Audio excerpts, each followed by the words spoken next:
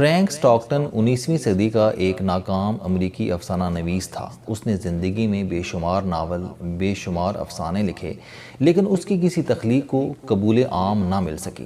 وہ شہرت کو ترستا رہا۔ جب وہ تخلیقی لحاظ سے پوری طرح تھک گیا تو اس نے ایک نہایت سطحی، فضول اور بے ربط ناول لکھا۔ اس ناول کا نام دی لیڈی اور دی ٹائگر تھا، لیکن جب یہ ناول شائع ہوا تو اس نے تہلکہ مچا دیا۔ اس نے پوری ادبی دنیا کو ہلا کر رکھ دیا۔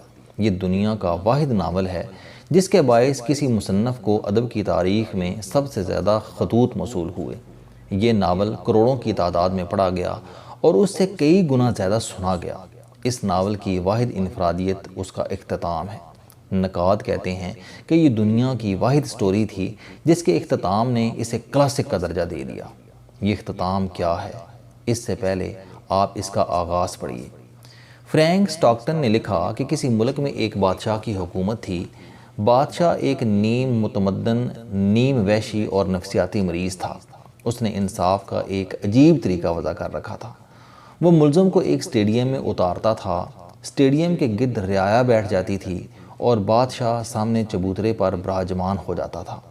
ملزم کے سامنے دو دروازے ہوتے تھے، ایک کے پیچھے خونخوار بھوکا شیر ہوتا تھا اور دوسرے کی اوڑ میں انتہائی حسین و جمیل دوشیزہ ہوتی تھی۔ ملزم کو دونوں میں سے کسی ایک کا انتخاب کرنا ہوتا تھا۔ وہ شیر کا دروازہ کھول دیتا تو شیر باہر آتا اور اسے چیر پھاڑ کر کھا جاتا، جس کے بعد اسٹیڈیم میں لوہے کی غمگین گھنٹیاں بجائی جاتی۔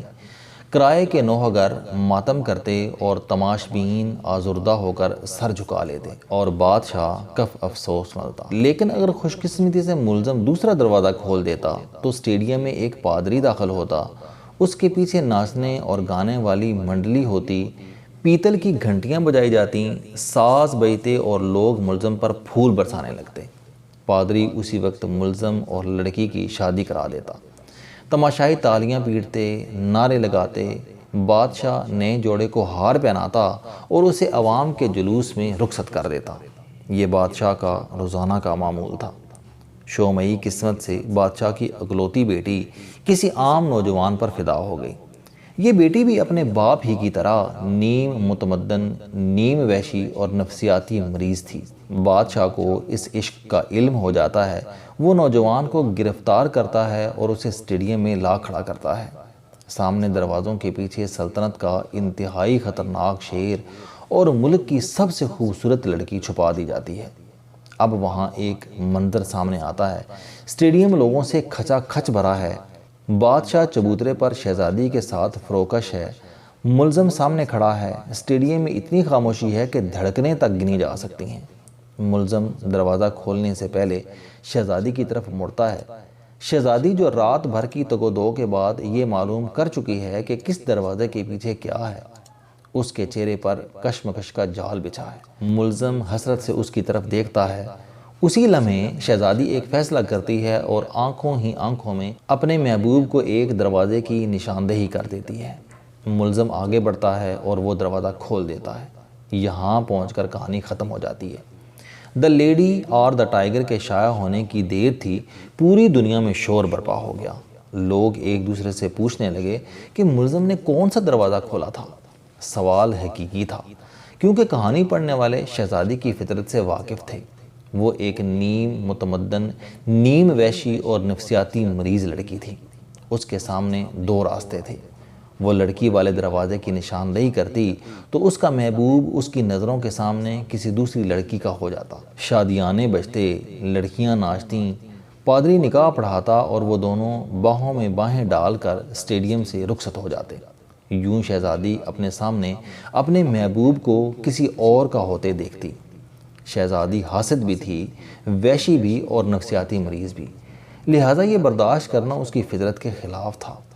دوسری صورت میں وہ شیر والے دروازے کی نشاندہی کرتی اور شیر باہر نکل کر اس کے سامنے اس کے محبوب کو چیر پھاڑ دیتا۔ شہزادی کو یہ بھی گوارا نہیں تھا۔ وہ اپنے محبوب سے ٹوٹ کر محبت کرتی تھی، لہٰذا اس کی موت اسے بھی جیتے جی مار دیتی۔ شہزادی شدید کشمکش میں تھی۔ وقت بہت کم تھا، لہٰذا عین وقت پر اس نے کوئی فیصلہ کیا اور ایک دروازے کی طرف اشارہ کر دیا۔ یہ اشارہ اس وقت بھی معمہ تھا اور آج بھی فرینک سٹاکٹن کے ہر قاری کے دماغ میں کنکر کی طرح رڑکتا ہے۔ فرینک سٹاکٹن نے کہانی کے آخر میں لکھا کہ اب میں یہ آپ پر چھوڑتا ہوں کہ اس دروازے سے کیا نکلا، شیر یا لیڈی۔ اس ناول کی اشاعت کے بعد فرینک سٹاکٹن کو لاکھوں خطوط ملے، سینکڑوں لوگ اس کے دروازے پر آئے۔ لوگ اسے بس، مارکیٹ اور ریسٹوران میں رو کر پوچھتے تھے کہ دروازے کے پیچھے کیا تھا، اور وہ ہنس کر جواب دیتا، مجھے معلوم ہوتا تو میں آپ کو ضرور بتاتا، میں تو خود پریشان ہوں شہزادی نے کس دروازے کی طرف اشارہ کیا تھا۔ لوگ یہ سوال پوری زندگی فرینک سٹاکٹن سے پوچھتے رہے، لیکن فرینک انہیں جواب نہ دے سکا۔ سٹاکٹن فوت ہو گیا، لیکن لوگ آج تک یہ سوال پوچھ رہے ہیں، مگر یہ معمہ آج تک حل نہیں ہوا۔ شاید یہ کبھی حل نہیں ہوگا، کیونکہ یہ محبت اور حسد کی کشمکش ہے جس کا فیصلہ اتنا آسان نہیں۔ یہ ناول انسان کی نفسیات کے ایک اور پہلو کی نشاندہی بھی کرتا ہے، اور وہ پہلو ہے کہ غیر متعلقہ لوگوں سے غیر متعلقہ سوال پوچھنا۔ انسان بعض اوقات ان لوگوں سے ایسے سوال پوچھنا شروع کر دیتا ہے جو اس معاملے سے متعلق نہیں ہوتے۔ مثلا آج بھی کوئی شخص سٹاکٹن کا یہ ناول پڑھتا ہے تو وہ دوسرے شخص سے یہ سوال ضرور پوچھتا ہے، دروازے کے پیچھے سے کیا نکلا؟ اور دوسرا پریشان ہو کر پہلے سے پوچھتا ہے، پہلے تم بتاؤ، تمہارا کیا خیال ہے؟ یہ معاملہ کئی برسوں سے چل رہا ہے۔ ہم اخبار نویس بھی ایسے ہی غیر متعلقہ لوگ ہیں۔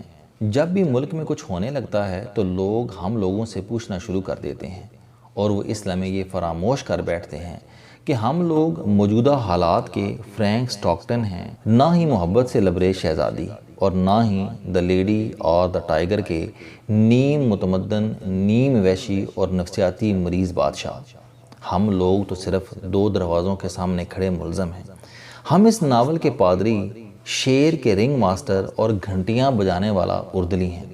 اس خونی کھیل میں ہمارا کوئی حصہ نہیں، لیکن اس کے باوجود لوگ ہم سے پوچھتے ہیں کہ حکومت کے خلاف اپوزیشن کو کس نے جمع کیا، نواب اکبر بگٹی کو کس نے مروایا، اور صدر پرویز مشرف نے امریکہ کا دورہ کیوں کیا، اور اس دورے کے دروازے کے پیچھے کیا ہے؟ یہاں سے شیر برآمد ہوگا یا حسینہ عالم؟ کیا ہوگا؟ میں یہ تمام سوال سن کر پریشان ہو جاتا ہوں۔ میں اپنے ان تمام کرم فرماؤں سے درخواست کرتا ہوں کہ آپ مہربانی فرما کر یہ سوال کسی فرینک سٹاکٹن سے پوچھا کریں، ایسے فرینک سٹاکٹن سے جو ان دروازوں، ان شیروں اور ان ملزموں کا اصل مصنف ہے، جس نے یہ کہانی تخلیق فرمائی تھی۔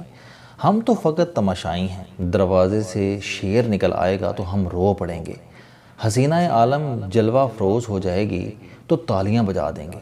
ہم لوگ ہمیشہ خالی ہاتھ رہتے ہیں، خالی ہاتھ آتے ہیں اور خالی ہاتھ چلے جاتے ہیں، لیکن لوگ نہیں مانتے، یہ اندر کی خبر معلوم کرنا چاہتے ہیں۔ میں ان کو کیا بتاؤں کہ میں تو بس حکمران جماعت کے اس شخص کو جانتا ہوں جس نے وقت کو دو دروازوں کے سامنے کھڑا کر دیا ہے، اور اب وہ اسے ایک دروازے کی طرف لے جانے کی کوشش کر رہا ہے۔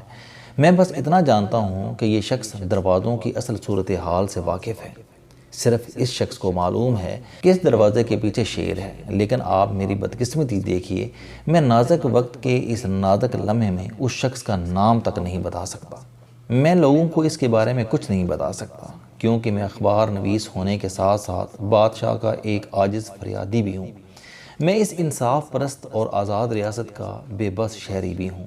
لہٰذا میری درخواست ہے کہ آپ لوگ بس دروازہ کھلنے کا انتظار کریں۔ آپ بس رمضان گزرنے دیں، آپ کے سامنے دروازہ کھل جائے گا۔ السلام علیکم دوستو۔ علم دوستی چینل بنانے کا مقصد موٹیویشنل اور زندگی بدل دینے والی کہانیاں آپ تک پہنچانا ہے۔ مجھے خوشی ہے کہ آپ احباب کو یہ ویڈیوز بہت پسند آ رہی ہیں۔ کوئی بھی شخص جو مایوسیوں میں گھرا ہو، یا کوئی بھی شخص جو اپنی زندگی مثبت انداز سے گزارنا چاہتا ہے، اس کے لیے یہ چینل لائف چینجنگ ثابت ہوگا۔ میرا دعویٰ ہے کہ کوئی بھی شخص اگر اس چینل کی ویڈیوز دیکھ اور سن لے گا تو اس کی زندگی بدل جائے گی۔ اگر آپ کو یہ چینل پسند آئے تو اسے سبسکرائب کرنا نہ بھولیں، تاکہ ہر نئی آنے والی ویڈیو آپ تک پہنچ سکے۔ اس ویڈیو کو دوسروں تک ضرور پہنچائیں، کیونکہ یہ صدقہ جاریہ ہے۔